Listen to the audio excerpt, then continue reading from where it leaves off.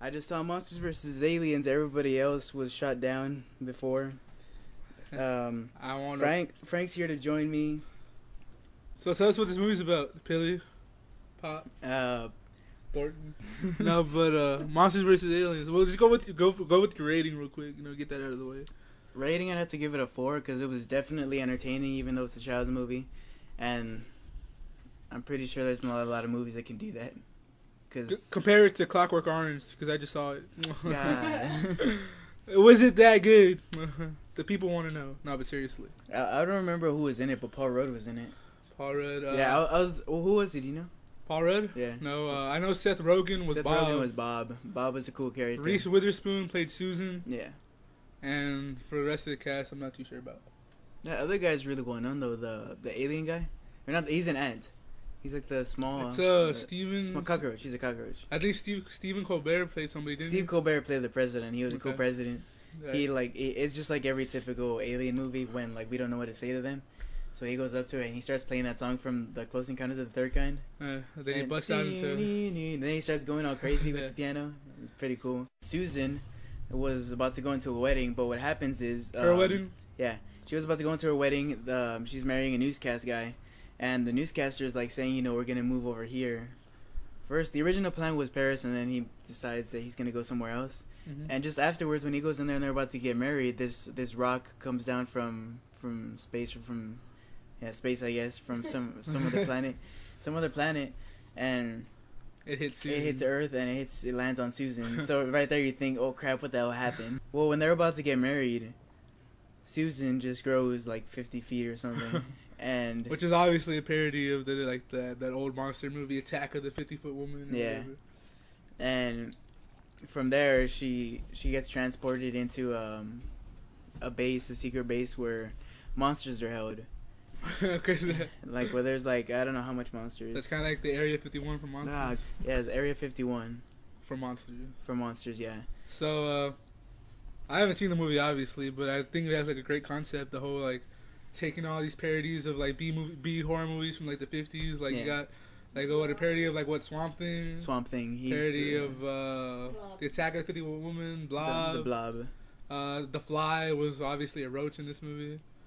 Well, you get the concept. I thought that was a pretty cool idea of fighting aliens. Although it'd be funny if they were fighting illegal aliens. So, what was your opinion on the movie? Did you like it? Did you love it? Hate it?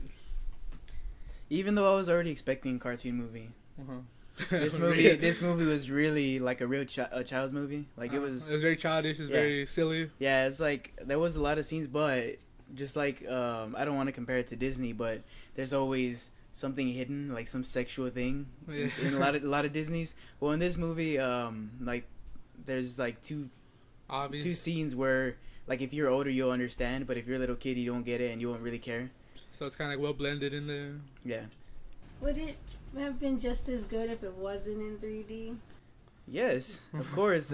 What happened because of the 3D is unlike Coraline, where they just said, hey, it's in 3D, but we're not gonna make a big deal out of it.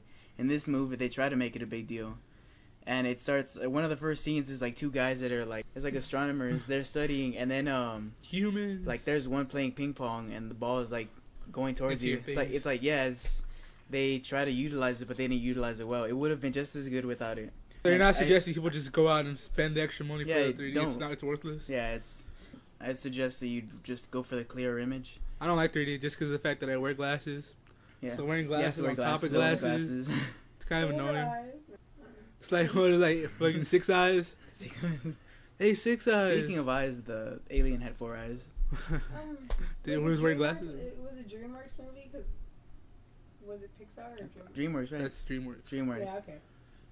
They don't really explain it in the movie, or they don't really explain it in the trailer as to why the aliens are coming. They just expect them to be evil to begin with. I think doesn't it take place in like an alternate I guess reality where like people understand that there's aliens out there? Because I think in the trailer some guy they made a joke in the trailer where some guy's like, it's called UFOs have landed in America, the only place UFOs ever seem to land. I mean, is it like? I thought that was kind of corny. Are people freaked out like there's aliens landing? I mean, no. What happens was at first the main alien guy sends down a big robot, the giant robot that you see in the trailer. That looks like Bob. Yeah, he looks like a giant Bob thing. And so he's just walking, and next the actual alien guy comes down in his ship, and then that's why they say like, you know, two UFOs that landed in the USA, pretty much the only place that they've ever landed. So that's like they don't land in Tokyo or something, because what happens is there's this, let's just say this metal was in the earth and it's really rare. Well, that's what the alien guy was going after. He destroyed his own planet. For the metal? Yeah, so he can get the metal. And what happens is when the planet blows up, that big piece of metal that's like really rare comes to Earth as a meteor, which lands on Susan, and that's why she gets all big. But he's going after it, and it's from her. I don't know if I've spoiled too much. Yeah, but I wasn't really paying attention, so he spoiled nothing right there. But yeah, he's just coming after this metal that landed on Earth, and that's pretty much why he comes down here, and then they gotta assemble so is this a movie that follows? Is it like your typical like animation like nowadays where it's just all about the jokes, or like they just go one joke after another, or is it like they try to follow a plot that's interesting? I mean, how does that work? Because if you watch like Madagascar too, they just like shit all over the plot, and they just want to tell jokes over and over again. Yeah, no, this one, it's what I like about this movie is that they focus on Susan, and it's pretty much the movie's about her embracing her power. Because at first she gets all freaked out and she wants to go back to normal, but after she does a few things, she kind of starts to embrace her power. It's kind of hard to find a 50-foot husband, I guess. Yeah. So I don't know, it's got more of a story rather than just joke after joke, and you're in the end. And, is there heart in this movie? Yeah. Did she find a 50-foot husband? No.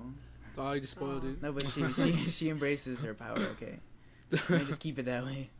Sick. She's a feminist. We trying to say that. I'm not saying she's a feminist. She turns out to be a feminist. Is there anything else you'd like to add, Pilly?